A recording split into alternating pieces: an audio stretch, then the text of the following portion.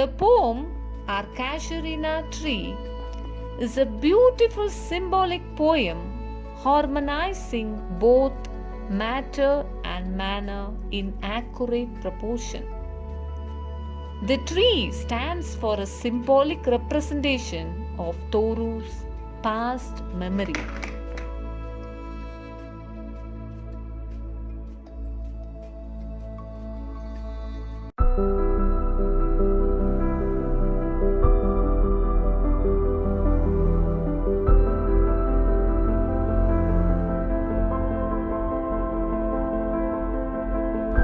In the first stanza, Torudat imagined the rugged trunk of the tree to a huge python winding round and round. The creeper has indented deep with scars up to the top of the tree. One may also sense a similarity between the tree in the clutches of a creeper attempting to sap its strength and the three young ducks in the grip of a killer disease, tuberculosis. Toru says the flowers of the tree are hung in crimson clusters.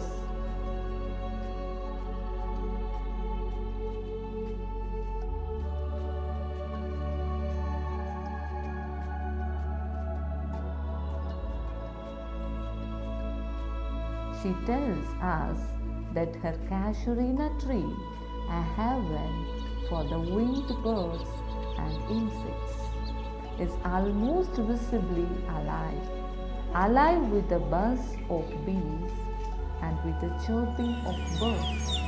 This song, sung from the tree, soothes its listeners and has a tranquilizing effect on men who relax and rest as the bird sings.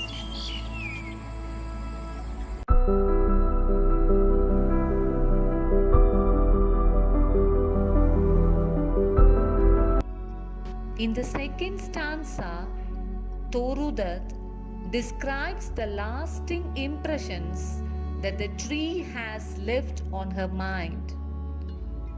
She describes the baboon sitting like a statue on the top of the tree while its young ones play on the lower branches. She also describes the sleepy cows moving slowly to their pastures. Every morning, when the casement is wide open thrown, two delighted eyes rest on it.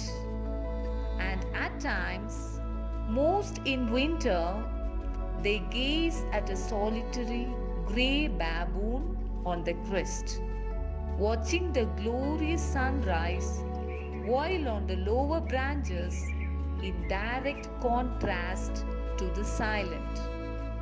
Gradually, as the sun rises, the kokilas begin to greet the day with a song, and a mesmerized speaker watches sleepy cows that have not yet shaken off their lethargy on their way to the pastures. But while they plod on a search of food, our poet feasts her eyes on the beauty of their whole tree and the water tank filled with white lilies in full bloom, a soft white carpet of snow.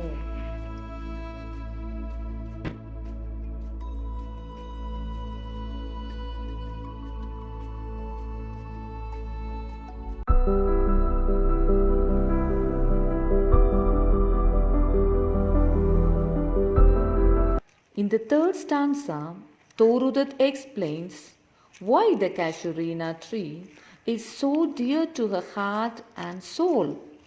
Torudat says that it is not because of the majestic appearance of the Casuarina tree that it is dear to her heart and soul, but also that she, along with her siblings, spent happy moments under it. She strongly believes that nature communicates with the human beings that lightens the burden of the heart. Laments are the human record of pain and regret. Her eyes fill as she recalls the happy past. The poet could communicate with the tree even when she was in faraway land.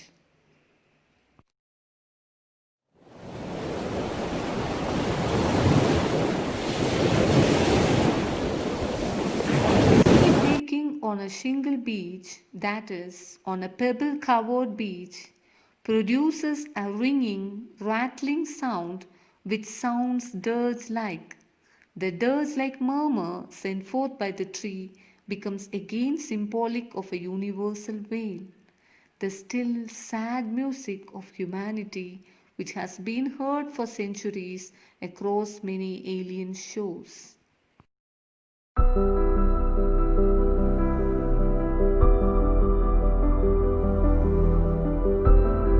The fourth stanza is highly philosophical. The poet observes, unknown yet well known to the eyes of faith. Here, the term unknown denotes not simply the native home of the poet, but also the world of the departed soul. A man who has the eye of faith can see the unknown as well as known. Thoreau's mystical and spiritual approach to poetry is centered to her profound knowledge of great Sanskrit epics and scriptures. The music which Thoreau refers here is not an ordinary music which we hear in our day to day life. It is music of the soul, which once it is attained never dies and continues to vibrate with the highest percipience in the mind of the seeker. It is a symbol of a brother and sister's memory. She can hear the wailing of the Casuarina tree wherever she goes. It follows her to the distant lands, and she can hear the plaintive music even in distant shores of France and Italy.